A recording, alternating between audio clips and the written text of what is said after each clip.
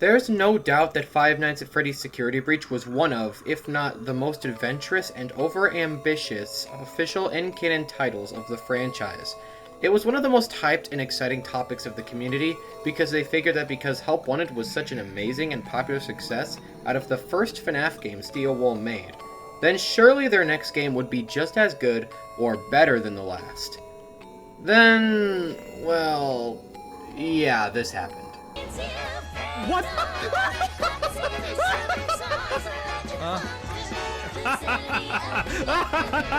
Oh, the power is out. Oh, not the cat. Freddy time! Yes! Five Nights at Freddy. Or am I stupid?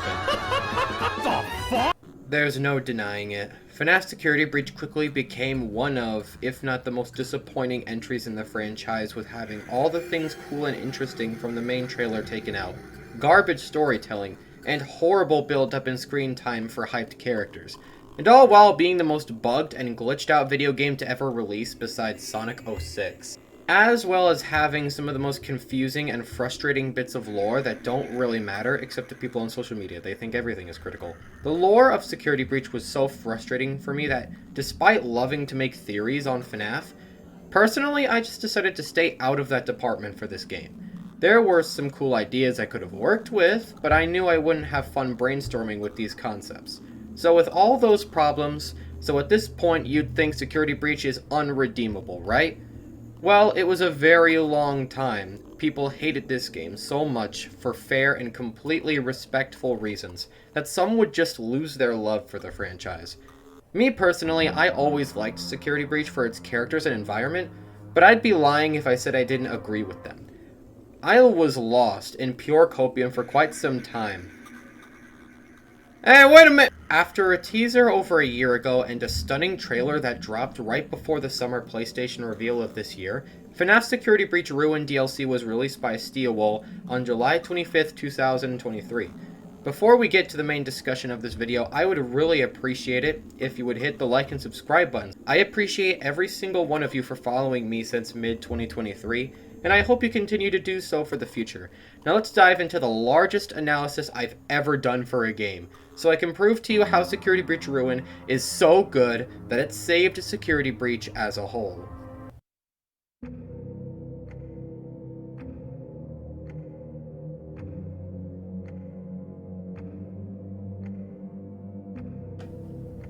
The story of the base game Security Breach was very mixed and all over the place, but thankfully in Ruin, Steel Wool decided to make things way simpler. The game gives you a warning to play the base game before the DLC to better understand the narrative, which is just a damn lie. After the events of one of the base game's many endings, we play as a childhood friend of our last protagonist, Gregory, known as Cassie. She's a little girl who has plenty of experience around the Pizzaplex, since the fact that she's had a birthday or two there while having Roxanne Wolf as her favorite character. And she also enjoys carrot cake for some reason. That's like the candy equivalent of carrot cake. It's like, why? Who had the bright idea of making a cake that involves carrots? Like, why would you do that? Come on. What are you thinking? I mean, someone thought of candy corn, and we know some people are a big fan of that. But at least candy corn is still candy. Carrot cake actually has carrots in it. And you're That's true. Why though? Why? It's not healthy. It's not making the cake any healthier, carrot cake. So what is your purpose here? Cassie receives a text message from Gregory that tells Cassie he's trapped under Roxy Raceway with no way out, and our job is to venture through the very nicely linear path to the whole destroyed Pizzaplex till we reach him. Did you get that? Okay, good, because that's the easy and simple stuff. I wouldn't make it a video talking about just the story, so just bear with me here. Obviously more happens in the story, but we'll talk about that later in the video. So now, let's move on to my thoughts on the environments of the game.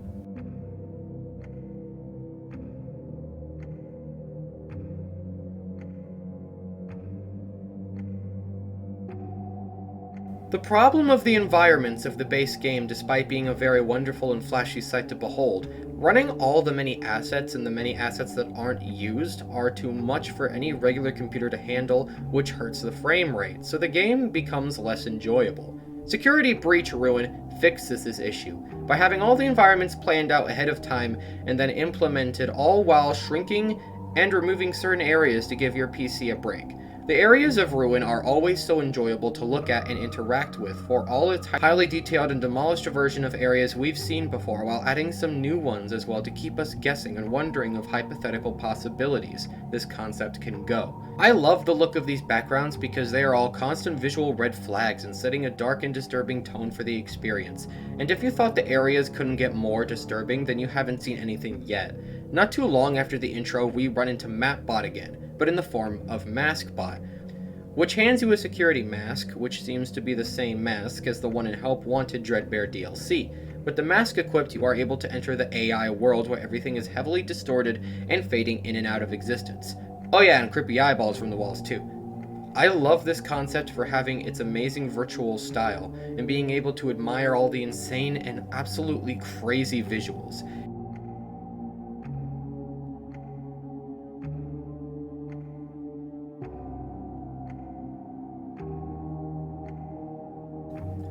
Despite the disturbing visuals of the Vanny network system, nothing in this environment can actually harm you from it just being a virtual program. While yes, you can walk on and traverse items in the neural network, there's nothing that can actually kill you unless something in the real world catches you, with only one exception. When you arrive at the electric door near the main stage of Monty's Gator Golf, Gregory informs you to deactivate the child security nodes unlocked throughout the Pizzaplex in the Vanny network. However, while animatronics can't see you while you're in the network, there is one entity that can, and alerts threats to you when spotted: the MXES program.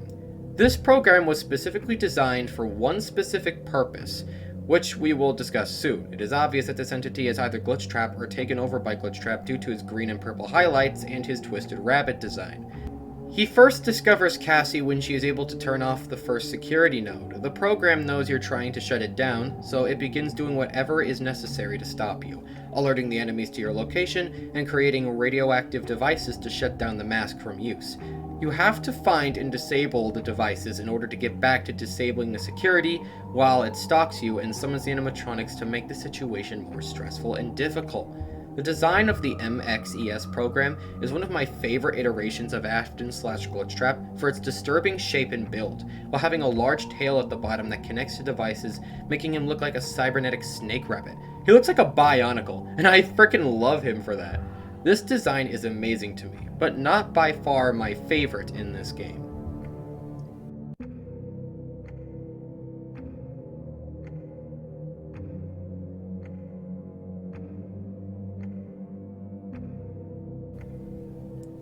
This game consists of many animatronic enemies that continue to swap in appearance and variety of how they function. First is Monty. Monty has been stripped of all his shell and has been reduced to an endoskeleton with sharp teeth and with copper and silver metal coating. This design for Monty is one of my most favorite Withered designs I've seen. The way he crawls and swims in the water to resemble an actual alligator, all while having his behavior shift to that of a complete animal, making this a great step of progression or regression for the character. He's the first enemy we come across by jumping us from the pipe to the lower section of Monty Golf, where he looks for you and hunts you down. To avoid him and all future animatronics, you must use the camera system that leads Monty to another room. Once that happens, after some time passes, he finds you again in the sewers, where he swims in the water and finds you by listening to the noises of the splashes of water. When you complete 2 quick puzzles to get the door open, Monty presumably dies from the electrocution of the Glamrock Bonnie lights, which is such a cruel and satisfying twist of fate since it's assumed that Monty is the reason for Glamrock Bonnie's disappearance.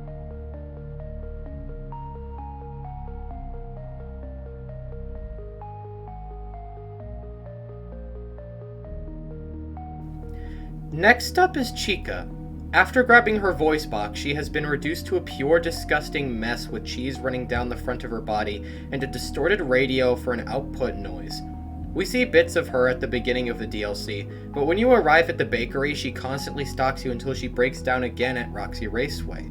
She doesn't reactivate unless you find her voice box and decided to reinstall it in her throat to give her voice back, just to go shut down again. Is she dead? Will she wake up again? We may never know.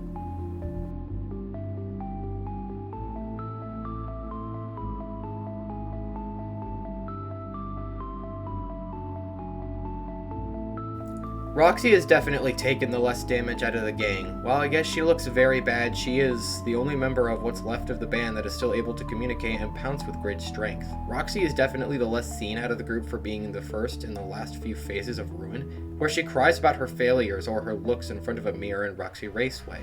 She appears later as a threat in the back area, and when we see her again, it's not on good terms. But we'll get to that soon.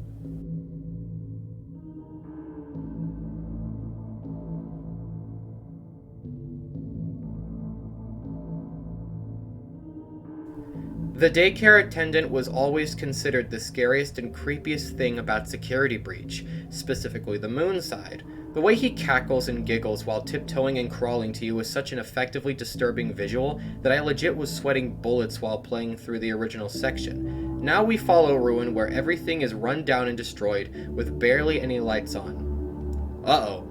We travel through the daycare once more, and it's not long before Moon grabs our hand and tries to kill us, but before he gets the chance, the flashlight is shined on his face and sends him off. Not long after this happens, Sun reappears, most likely being from the flashlight, and tells us he's trapped in a nap, which implies that he's been trapped as Moon a very long time, and it's driven him insane. The way he talks while we walk our way to the turn on the generators, he's losing his mind talking about how everything rotted or aged to the point where it's no longer fun. After we finish turning on the generators, thank goodness there were only 2 this time, the daycare attendant gets frozen in place. We walk up to the daycare playhouse to install the wrench in the attendant's head. This commits a reset program, but the unexpected part is that instead of just bringing Sun back, we merge the 2 to become one, and they turn into the third personality, the Eclipse. The Eclipse appears to be a very kind-hearted soul, but also genuinely calm. Calm is definitely a refreshing change of pace because the other 2 were anything but calm. Just like the last game, the attendant brings us over to the door and closes it on us, this time saying he needs to clean the premises.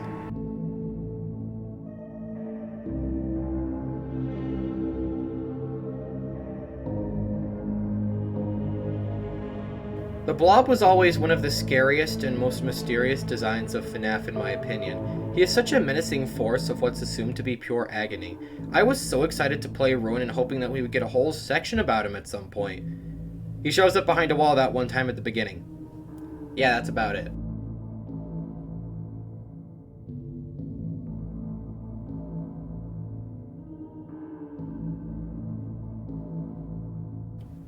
After teasers for Security Breach were released, people were asking, where is Bonnie? This question was asked time and time again from the community.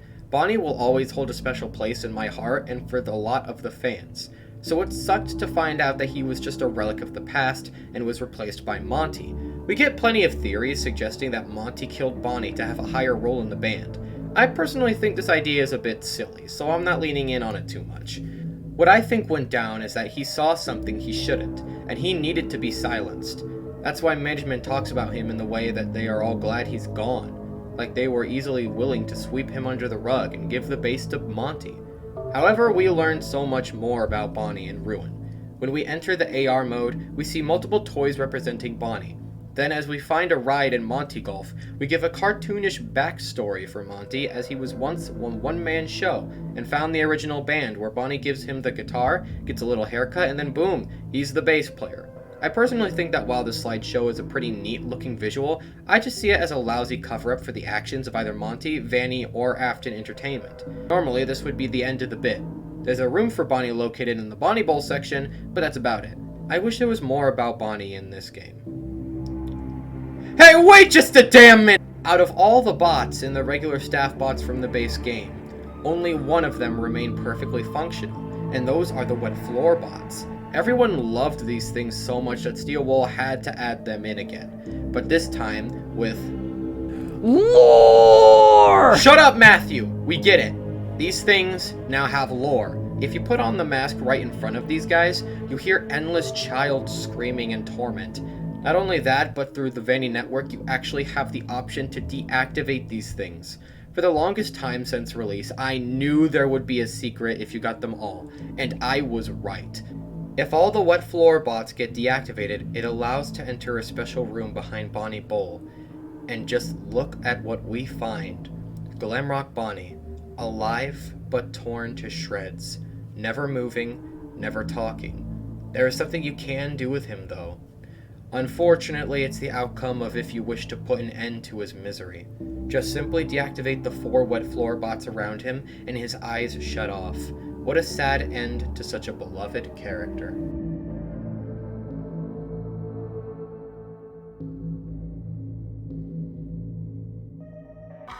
Here we are, the final stretch, the big and grand moment everyone has waited for. Hopefully this time, it doesn't suck. After all the security nodes are deactivated, Gregory tells you that there is one left, and that is the one inside Roxy. We travel to the entrance of the special elevator. We find that Roxy is trapped under a forklift, because she's not certified. And we see through the mask that in a somewhat complete state, as she remembers Cassie and tells her welcome back, and asked if she liked carrot cake. I feel like I said this before. Ah yes, the moment as we deactivate her with the puzzle that is so unbearably easy. After it's done, she glitches out and powers off. After that, Cassie begins to cry as her favorite character within the Fazbear band was just dealt with by her own hands. But now, we're here, in front of the old elevator. If you want to see my initial gameplay where the mic isn't on until the last bit, the link is in the description. I'm not being dramatic when I say that this is one of the best feelings I've ever had while playing a video game. Forget Ragnarok, forget Sonic, forget Ogre Masad. I'm not joking when I say this moment was 100% either going to make or break the DLC for me. So with caution, I pressed on, and what we see is absolutely insane. As we go down the elevator, we find the tunnel that leads to the FNaF 6 location sealed off by debris. A new entrance is discovered through the giant Freddy head.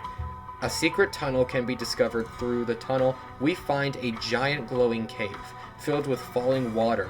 Just an absolutely stunning environment with amazing visual structure. Once you get past here, we find an abandoned warehouse that has our old buddy filled with juicy hidden lore, the Candy Cadet from FNaF Pizzeria Simulator. It's absolutely crazy to imagine that Candy Cadet was right next to us the whole time we were in the Afton area. The Fazbear tokens that you can find throughout the caves are used to power the Candy Cadet in order to tell us a new story. A boy and his mother. Actually, let's just let our old friend say his final words. He's earned it for staying alive this long. Now I will tell you a story about a mother and her little boy who lived alone in a cabin in the dark woods. There was a monster in the woods, but the mother caught it and kept it locked in the basement. The monster always made scary noises at night, but the mother would tell the boy not to worry because it could never get out. Then she would sing the boy a lullaby to sleep. One day, the monster stopped prowling and instead listened and learned the lullaby. The next day, when mother went out to find food, the monster sang the lullaby from the basement. The little boy heard the lullaby and opened the door. Remember this story. It will be very important soon. Once you reach the chamber where Afton sleeps, we find a staircase that leads further down. Then we discover the main terminal where we manually disable the MXES program as it gets sucked up back into the computer. Maybe next time, Afton, old chum. Then, the ultimate reveal occurs. What happens next is on another level entirely. I'm going to show you this clip. And when I do, if you haven't seen it already, this is the most surprised I have been in the series for a long time. You will not believe what comes up. I mean, there was a lot of hints that was like leading up to it, but I never caught them. So, I'm kind of dumb. But anyways, here you go. Gregory. Where's the red light? The flashlight's not working. Glitch drive. Watch this ending, make it be it's all a dream or something, dude. I would love to see that happen. No, that would suck. Oh! You saved me! You saved me. Gregory? That's fake! That's not good! I'm Gregory. What? What is that? What is that? You're not Gregory. We figured this out already. What are you? That's the Mimic! I'm Gregory. That's Mimic! That's the Mimic! The Mimic is Canon! Get out of here! Run! The Mimic! Wait, Roxy's still here? It's the epic tickle monster. The Mimic!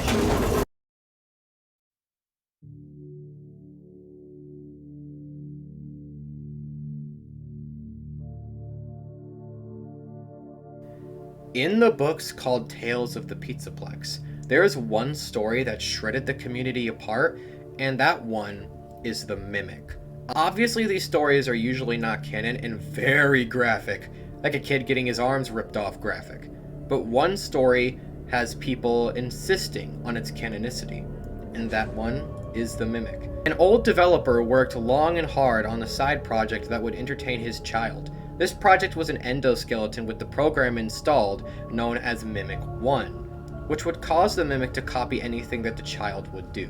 One day the child died and the Mimic was shipped to Fazbear Entertainment and was worked on by technicians installing it with many new and old programmings. If I get this wrong, please forgive me, but I'm not wasting my time reading like 5 books unless they were graphic novels.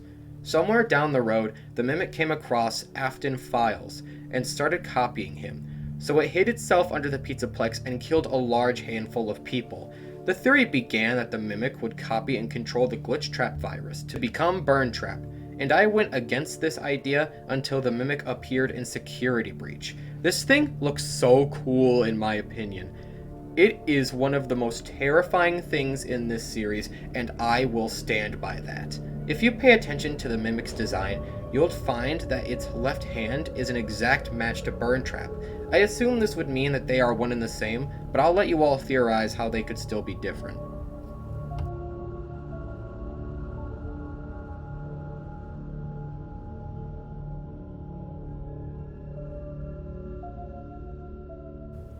At last, we are at the final section of this video. After so much time and effort, we made it to the end. Let's finish this off with a bang. To start this section off strong, let's talk about the canon ending of the base game. Throughout Ruin, we collect multiple comic scribble pages that look to be drawn by Gregory. This confirms something, that all the endings that only contain comic pages are false, imaginary. What about the Afton ending though? Doesn't that ending have no comic sections at all? Surely it has to be the canon one, right? Well, that is where Steel Wool uses this as an opportunity for a red herring. A red herring is a little piece of deceptive info meant to throw off the reader. That we are in the Afton room, we find this. Bam. There you go. A comic page of the Afton ending which confirms that it was not canon. So if that ending is now out of the window, what ending is now canon? Well, if you pay attention for some clues, including one of the Ruins endings, you'll know soon enough from one of these major clues. But to find one of these major clues, we have to go back a bit to a part that I didn't discuss earlier, and that is Phaser Blast.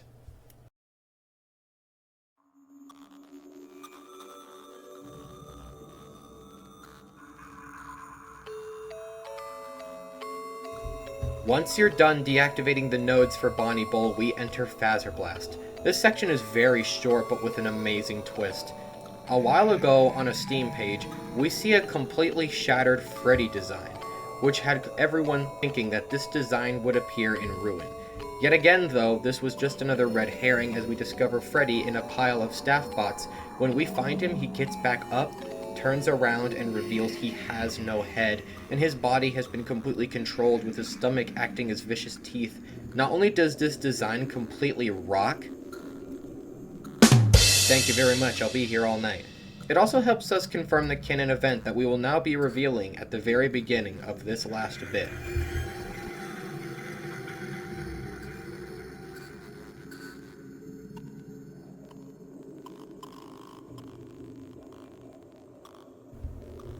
There are 3 endings of Ruin. All 3 of them include the following different paths. Once the Mimic reveals itself, it tries to kill you, but Roxy steps in. After jumping out of the hole, the Mimic will chase you. The first ending is when you're at the final turn, go left instead of right to find a Fredbear cutout. Simply put on the Vanny mask to discover Gregory and Vanessa on a hillside. Freddy's missing head and Vanessa being at the hillside confirms that the Vanny/Princess quest ending is the canon event of Security Breach. The second ending consists of finding the other secret cameras in 4 different terminals of the game to open multiple doors. Those doors lead to the scooping room that somehow exists here for some reason, as the Mimic in an old mascot costume gets scooped to death. Obviously, this isn't a canon event. How many times am I going to make this joke? Then the final canon ending, where after a long chase we enter the elevator, where the mimic gets disarmed. Aha, so funny. As the elevator shuts down, Gregory informs us that the mimic is now free. The MXES security system was made to hide the mimic from sight, not allowing him to enter the outside world. But we deactivated it. This was our fault. This thing used Gregory's voice to lure in and free the mimic from its prison. Gregory then tells us we can't risk being followed, as he presumably kills us off in the elevator and drops us down Alice Angel style. As the screen blacks out, we hear Roxy one last time, calling out her name, which could lead to more in the future. That's it. My full analysis of Security Breach Ruin, top to bottom, from every single important character, to the wonderful backgrounds, to the insane twist, I've done it all. I might do another video someday as I played through the whole game multiple times to find more secrets, but that will be for another day. Thank you all so much for watching this video. Words can't describe how much passion and love for my fans gave me enough motivation to keep moving things forward. I will be doing a stream soon to 100% this game. I can't give a date yet, but I'll try my best. Have a wonderful day. Love y'all.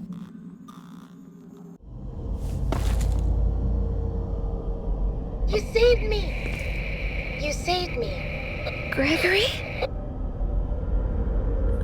I'm Gregory.